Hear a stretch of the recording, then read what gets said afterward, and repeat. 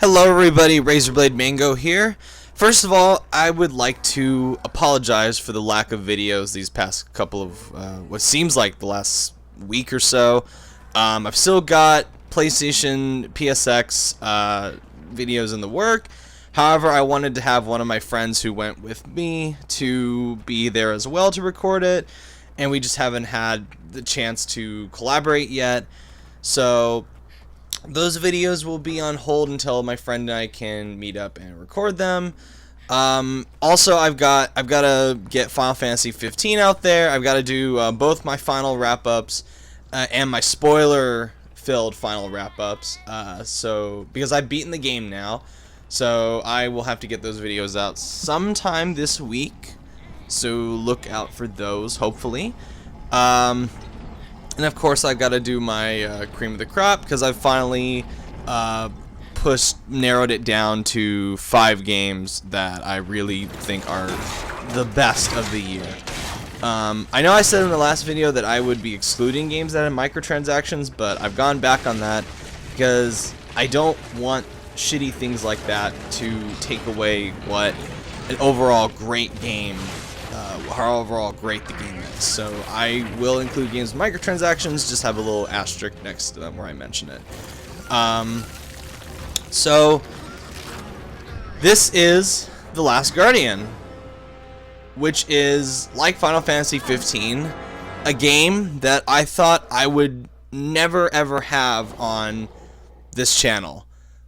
This game is famous even before it got released because of how long and protracted its development was, just the legacy that it follows, with the legacy that precedes it, actually, with Ico and Shadow of the Colossus being wildly considered 2 of the greatest games of all time, even though personally I really don't like Ico, but I really like Shadow of the Colossus. So The Last Guardian,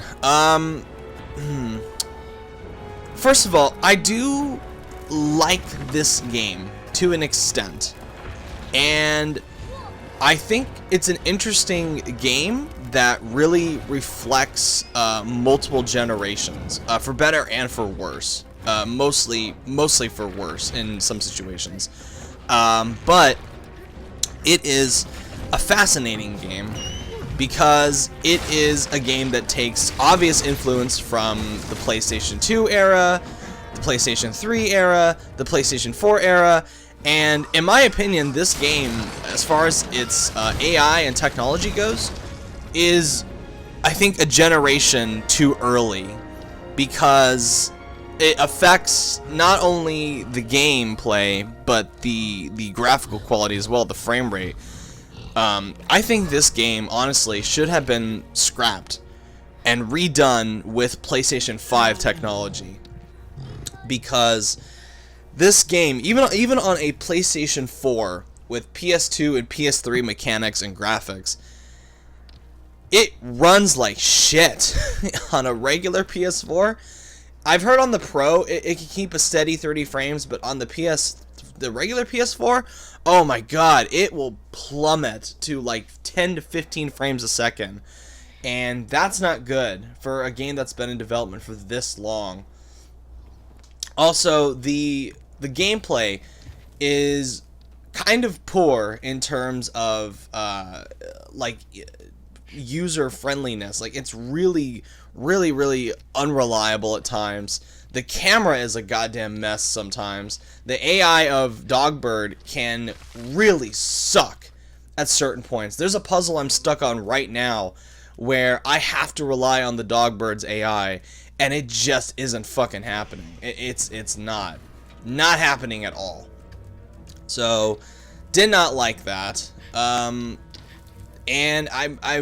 there have been quite a few times with this game that I've been really frustrated, both with, you know, the camera, with the puzzles, with the Dogbird AI, and so on. And it has been sometimes a very frustrating experience. But, and this is a big but, There are also parts of this game that I absolutely adore. Like, adore from the very recesses of my heart. For one thing, the way you communicate with Dogbird himself, or itself, I don't know if it could be a female for all I know. It is absolutely endearing, and I love how organic the story is with your growing relationship with Dogbird. And I'm not going to call him Trico. He's Dogbird. He's Dogbird to me. So Dogbird will actually, in the beginning, he'll be afraid of you. You'll have to steadily earn his trust by bringing him food. And eventually he'll let you, climb all over him, eventually give him commands to solve puzzles and to fight enemies. Because the boy you're playing as is absolutely useless without the Dogbird. And the Dogbird sometimes is absolutely useless without the boy. So it's this, really tight relationship that these two, or friendship that these two begin and continue throughout the story. And rather than telling you this friendship through dialogue, and there is the occasional dialogue from the boy, but like 95% of the time, this game is non-verbal relationship growing.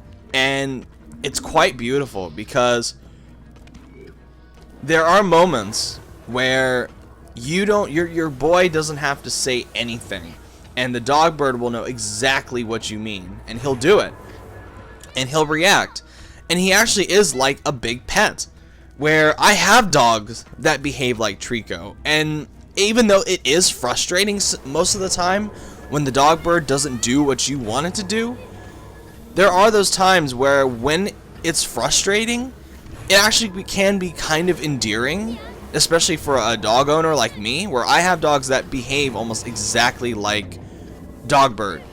And it put a smile on my face to remind me of how stubborn our pets can be. So I like that element of it.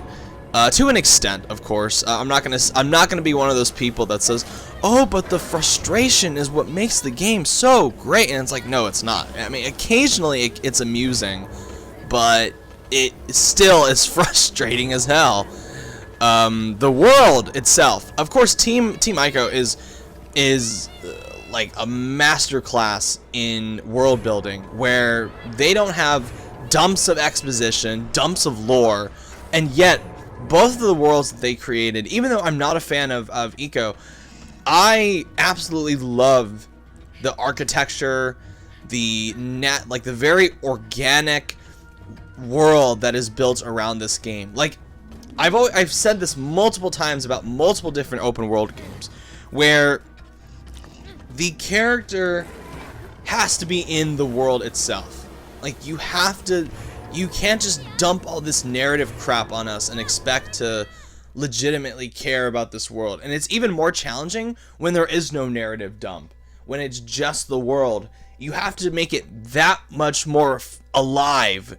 And I feel like this world that Last Guardian is a part of, it feels like it has a rich history behind it. You can really get this sense of old world in this environment. Like there was a civilization here at one point, and something happened, and the game never explains what happened, but you can almost just feel the history within the walls of this place, and it's stunning to look at, of course. Even though it is, I said the frame rate is shit. The texture sometimes can be very poor, but it is still one hell of a game to look at in terms of architecture and lighting and music. It's an audio-visual extravaganza as far as I'm concerned. And as far as the music goes, I don't think the music is as good as like Shadow of the Colossus, which is like one of my all-time favorite soundtracks. But when the music is used sparingly, but it's still a really damn good soundtrack. So they're keeping with that legacy as well. I also love some of the puzzles, like the one you're seeing right now, where it feels so dangerous, being in this world, and I love it. I love that the world isn't designed around you.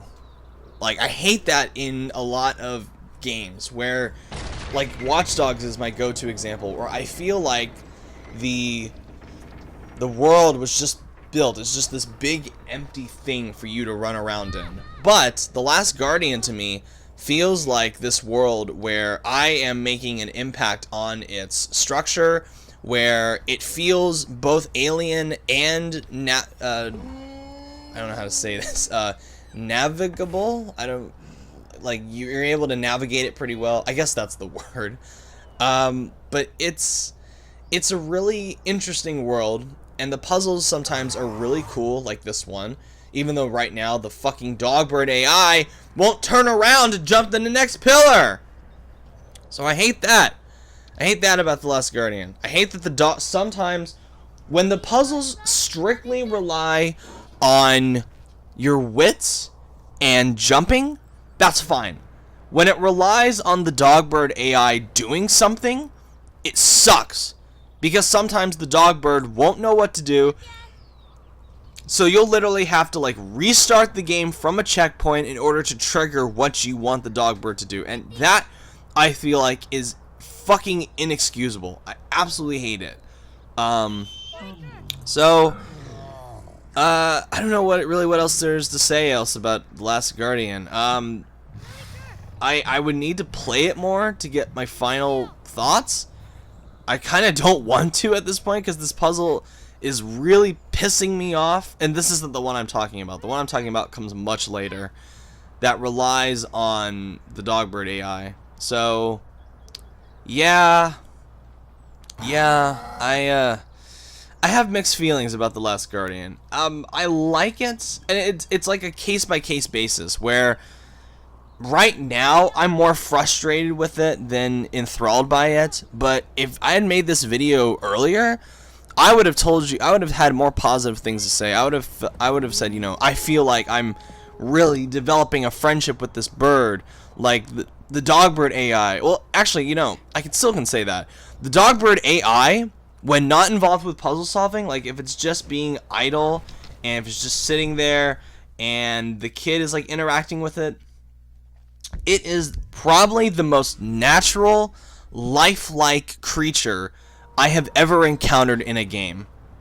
Like, it feels like this creature is a living, breathing being.